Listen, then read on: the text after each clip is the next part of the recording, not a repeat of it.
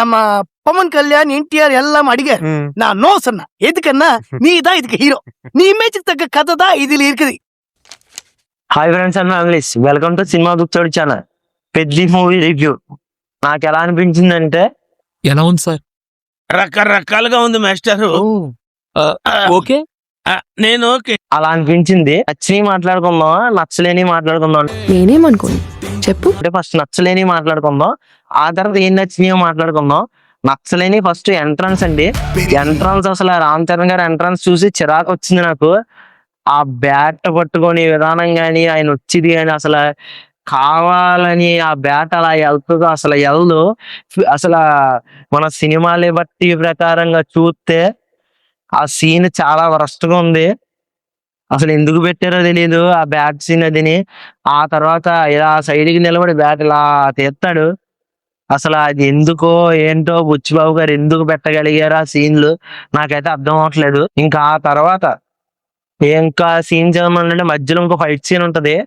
ఆ fight scene చూస్తే ఇంకా నాకు అసలు ఏమనాలో తెలియట్లేదు. అసలు ఇలా పడిపోతాడు, వాళ్ళ మీదకి ఎక్కిస్తాడు, దూసేస్తాడు, లాగి తిప్పేస్తాడు, ఎగరేస్తాడు. బోయపాటి బాలయ్య ఫైట్ సీన్ అలా కొంచెం బాగానే ఉంటాయి, ఎందుకంటే అందులో మధ్యలో దుమ్ము ఉంటది, ఇలా కొడితే లేకెడతారు. ఇందులో అసలు రామ్ చరణ్ అటు ఇటు అటు ఇటు ఇటు అటు ఎటు పడితే వెళ్ళిపోతా ఉంటాడు. వాళ్ళు ఫైట్ సీన్లు చేస్తున్నారో కంపోజ్ చేస్తున్నారో తెలియదు, లేదండి ఏం చేస్తున్నారో తెలియదు. ఇంకా ఆ తర్వాత ఇంకేమన్నా ఉందంటే కుస్తీ ఫైట్ సీన్లు అండి. కుస్తీ ఫైట్ సీన్లు చూసి ఎంతకన్నా వరసగా ఎవరో తీరనిపించిందండి. ఎందుకంటే ఒక దంగల్ చూసుకోండి, లేదంటే సుల్తాన్ చూసుకోండి, ఎంత బాగుంటాయో కుస్తీ ఫైట్ సీన్స్. కంపారిజన్ చేస్తున్నానని కాదు కానీ నిజంగా బాగుంటాయి.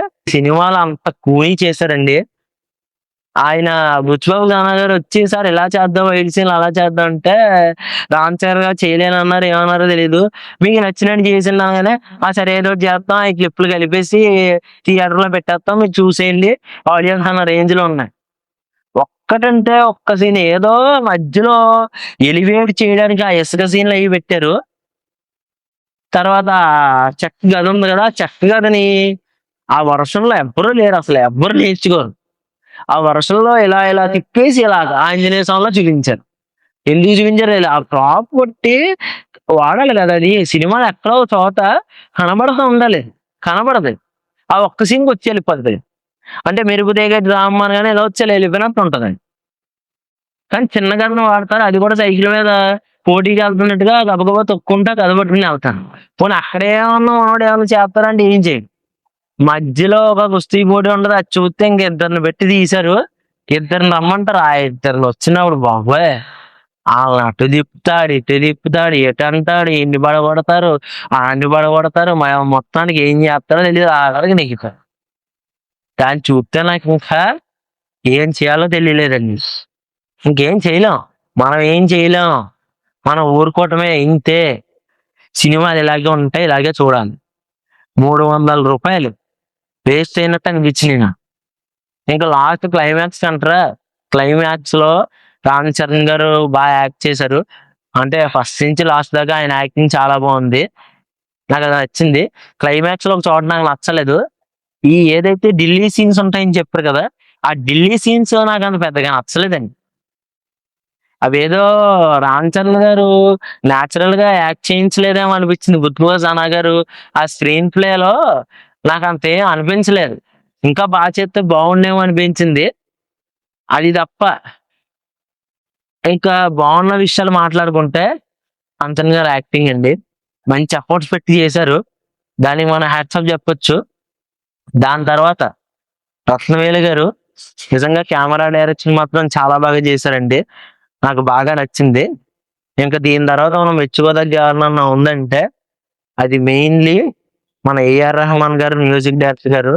నిజంగా నాకు ఇప్పటికీ మ్యూజిక్ ఏంటంటే గూస్ బంప్స్ వచ్చినాయి, అంతలా కొట్టారు. పెద్ద అసలు చాలా బాగా కొట్టారు, నాకైతే చాలా బాగా నచ్చిందండి. నేను మ్యూజిక్ ని అయితే చాలా ఎంజాయ్ చేశాను. సాంగ్స్ లో చేంజెస్ చేశారు, మీకు ఆల్రెడీ అదేదో చిన్న లెటర్ లాంటి రిలీజ్ చేస్తే అందులో సాంగ్లు కూడా చేంజ్ చేస్తా ఉన్నారు. అదేంటో కూడా చెప్తాను. సరుకు సమారం తీసి సొగసు అని చెప్పి పెట్టారు లిరిక్, బాగుంది. అదేమంత వరస్ట్ గా ఏం లేదు, కానీ ఈ సరుకు సామాన్లు బాగున్న సొగసు అనే అదైతే బాగుంది. సాంగ్స్ అదొక్కటే, మిగతా రైరైరాడివి ఏం చేంజ్ చేయలేదు. కానీ సాంగ్స్ కొంచెం వెంటనే వచ్చేసినట్టు అనిపించింది. అది తప్ప ఇంకేం లేదండి. ఇంకా జాన్వీ కపూర్ గారి యాక్టింగ్, నేను ఎప్పుడు ఫిమేల్ లీడ్ యాక్టర్ అసలు హీరోయిన్ గురించి మాట్లాడుతుంటాను. అసలు హీరోయిన్లు ఇప్పుడు అనవసరం సినిమాల్లో అనిపింటది. కానీ ఈ సినిమాలో నేను జాన్వీ కపూర్ గారిని చూసినప్పుడు ఒకటి అనిపించింది. ట్రైలర్ చూస్తేనే అనుకున్నాను, సేమ్ దేవరాలో ఏదైతే ఉందో Ctrl+C, ఇక్కడ Ctrl+V పేస్ట్ చేసినట్టు అనిపించింది అనుకున్నాను. కానీ ఫస్ట్ లో కొన్ని సింప్టమ్స్ దేవరా నుంచి ఉన్నట్టే ఉంటాయి. ఆ డైలాగ్ డెలివరీ అవన్నీ, ఆవిడ ఎక్స్ప్రెషన్స్ ఎంతో, ఆ డైలాగ్ డెలివరీ ఎంతో తెలీదు. కానీ ఇందులో అయితే నాకు అందులో సిమిలర్ గా కొన్ని కొన్ని అనిపించినా కూడా లాస్ట్ లో ఆవిడ బాగా యాక్ట్ చేశారు. ఒక మంచి రోల్ ఇచ్చారు అనిపించింది. లాస్ట్ లో బాగుంది ఆవిడ చేసింది. సినిమా అంతా బాగుందండి. మీరు ఎవరన్నా చూడకపోతే ఖచ్చితంగా వెళ్ళి సినిమా అయితే చూడండి, పర్లేదు, మీకు నచ్చుద్ది. ఇంకా సినిమాకి మనం ఇచ్చే రేటింగ్ ఎంత అంటే 10కి 7.5. మీరు ఆల్రెడీ చూసుంటే మీకు ఎలా అనిపించిందో కామెంట్ సెక్షన్ లో అయితే రండి. ఛానల్ ఎవరైనా సబ్స్క్రైబ్ చేసుకోండి. మళ్ళీ మరో కొత్త వీడియోతో అయితే కలుద్దాం. ఉంటానండి, బాయ్, జై హింద్.